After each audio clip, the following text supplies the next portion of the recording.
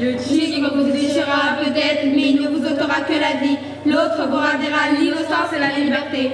Il récite et il chante du rameau. Dernière répétition à la Meurise avant le grand saut, ce sera ce mardi soir. Eux sont élèves des collèges Courbet, Gagarine et Le Village de Trappes, en tout une soixantaine.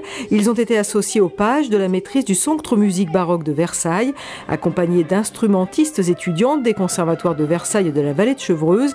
Ils travaillent depuis le mois de septembre pour mettre au point l'acte 4 des Indes galantes, l'œuvre emblématique de Jean-Philippe Rameau, un projet pédagogique ambitieux.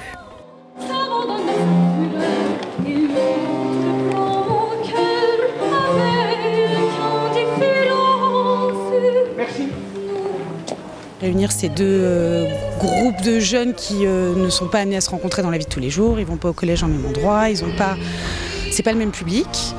On a d'un côté des enfants qui sont habitués à la musique baroque, de l'autre pas du tout et qui pourraient tout de suite avoir une espèce de sentiment de révulsion. Peut-être, j'espère, faire naître un nouveau public.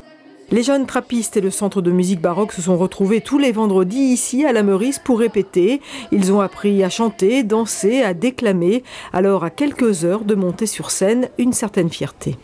On connaît de nouvelles personnes, on apprend des choses. C'est toujours utile, mais bon. Je pensais pas faire ça parce que j'étais pas censée être dans cette classe avant. Je suis arrivée, on m'a dit qu'il y avait un projet, j'étais pas triste, j'étais pas heureux, mais c'est toujours ça.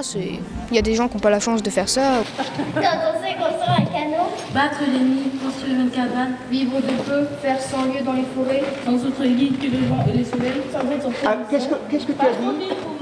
Au début, ça a été un petit peu difficile à faire passer le projet parce que c'est dans une langue, c'est de l'ancien français, donc ils ne connaissent pas forcément les termes. Les mots sont aussi un petit peu compliqués et finalement se sont très vite accrochés parce que ce sont des mélodies qu'ils gardent très vite en tête et du coup dans la cour de récré, certains le chantent comme ils iraient chanter du Beyoncé ou autre chose.